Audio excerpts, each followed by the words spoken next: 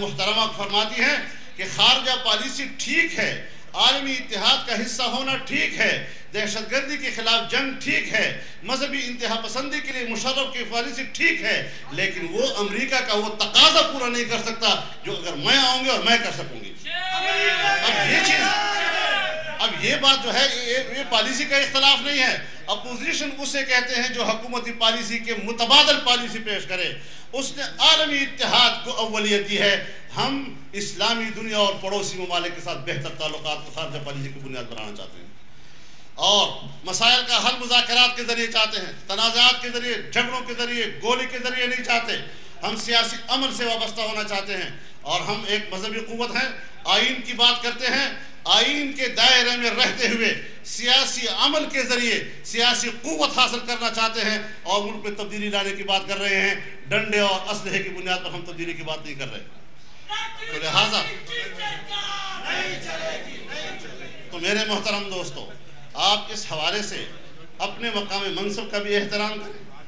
ہمارے نظریہ سوچ اور فکر کا بھی احترام کریں۔ اختلاف کا ہر ایک کو حق حاصل ہے، ہم بھی اختلاف کرتے ہیں لوگوں کے ساتھ، لوگ ہم سے اختلاف کرتے ہیں، لیکن یہ ایک سنجیدہ فورم ہے جہاں ہم آ کر یہ خواہش رکھتے ہیں کہ کچھ ہم قانون اور آئین کی باریکیوں میں جا کر بات کریں، ہم بین الاقوامی پالیسی کی بات کریں، ہم عالمی سطح پر اس عالمی ایجنڈے کی بات کریں جو 3 باتیں ہیں: آزادی،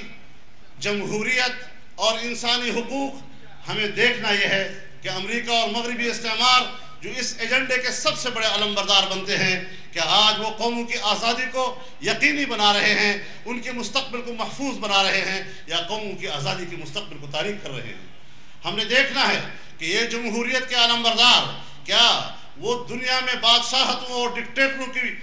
پشتپناہی کر رہے ہیں؟ پاکستان کے اندر وہ جمہوریت کو سپورٹ کر رہے ہیں یا ایک ڈکٹیٹر کو سپورٹ کر رہے ہیں؟ اس حوالے سے ہمیں سوچنا چاہیے کہ اگر عالمی استعمار اور ہمارا ڈکٹیٹر آج ایک صف میں ہے، ہم کیسے تسلیم کریں کہ عالمی دنیا جمہوریت کے لیے مخلص ہے؟ ہم انسانی حقوق کی بات کرتے ہیں، گوانٹانامو سے لے کر پاکستان اور دنیا بھر کی ریاستی عقوبت خانوں میں آج انسانیت کے ساتھ جو ظلم ہو رہا ہے، ان کے حقوق سلب ہو رہے ہیں۔ آج آپ ہی کے ملک کے جو مسنگ پیپلز کے لیے اور فیملیاں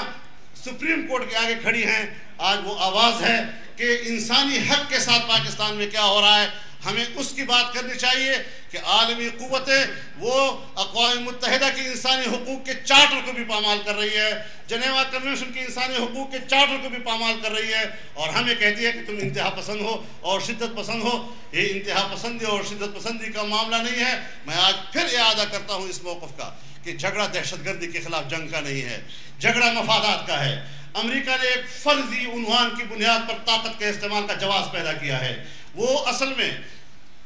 عرب کے تیل پر قبضہ کرنا چاہتا ہے، وہ افغانستان میں اتر کر وسط ایشیا کے معدنی ذخائر پر اپنے کنٹرول حاصل کرنا چاہتا ہے، وہ گوادر اور کراچی کی پورٹ کو قبضے میں لے کر جنوب ایشیا کی تجارتی راستوں پہ قبضہ کرنا چاہتا ہے، وہ ایک نئے مستقبل کی طرف جا کر دنیا کو اپنا غلام بنانا چاہتا ہے۔ ہمیں اس حوالے سے سوچنا چاہیے کہ ہم اپنے مستقبل کو ان استعماری پنجوں سے کیسے بچا سکتے ہیں۔ امریکہ کا جو یار ہے، لہذا معاملہ کا جو یار ہے، لہذا پاکستان کے اندر پاکستان کے داخلی سیاسی عوامل اپنی جگہ پر حقیقت، ہم اس کا انکار نہیں کر سکتے، لیکن آج کی دنیا میں اور خاص طور پر 9/11 کے واقعے کے بعد عالمی عوامل اتنے سامنے آ گئے ہیں کہ آپ پاکستان کی داخلی سیاست میں ان خارجی عوامل کو نظر انداز نہیں کر سکتے۔ اگر آپ ان کو نظر انداز کرتے ہیں تو پھر آپ کی حیثیت اس کبوتر کی ہے جو اپنی آنکھیں بند کر کے کہتا ہے کہ شکاری مجھے نہیں دیکھ رہا۔ لہذا ہمیں عالمی حالات پہ نظر رکھنی چاہیے، ہمیں ان کے مقابلے میں کہنا چاہیے۔ انہوں نے تعلیمی پالیسی میں مذہب کا نام و نشان ختم کرنے کی کوشش کی، تعلیمی پالیسی میں ہم نے ان کا مقابلہ کیا ہے۔ انہوں نے قانون کی بنیاد پر اور اسمبلی میں اکثریت کی بنیاد پر اسلام کے بنے بنائے قوانین کو ختم کرنے کی کوشش کی، ہم نے ان کو مقابلہ کیا ہے۔ یہ عجیب بات ہے کہ اگر اسلام کی مخالفت میں کوئی قوت مشرف کا ساتھ دے وہ گناہ نہیں ہے، لیکن اگر جمہوری اور آئین کے حوالے سے کسی نظری معاملے میں کسی کا ہم سے اختلاف ہو جائے تو پھر ہم مجرم ہو جاتے ہیں کہ صاحب آپ نے ان کو ووٹ کیوں کیا۔ میں کہتا ہوں آئین کی کسی شک کے حوالے سے مذاکرات کے نتیجے میں اگر کوئی نرمی ہم نے دکھائی ہے، میں اعلان کرتا ہوں کہ جنرل مشرف نے اس معاہدے سے دغا کرنے کے بعد اب ہمیں پابند نہیں بنایا، نہیں رکھ سکتا کہ ہم 7ویں ترمیم کے پابند رہیں۔ ہم اس کے خاتمے کے لیے بھی پارلیمنٹ اور باہر اپنی جدوجہد جاری رکھیں۔ مسئلہ بنیادی یہ ہے،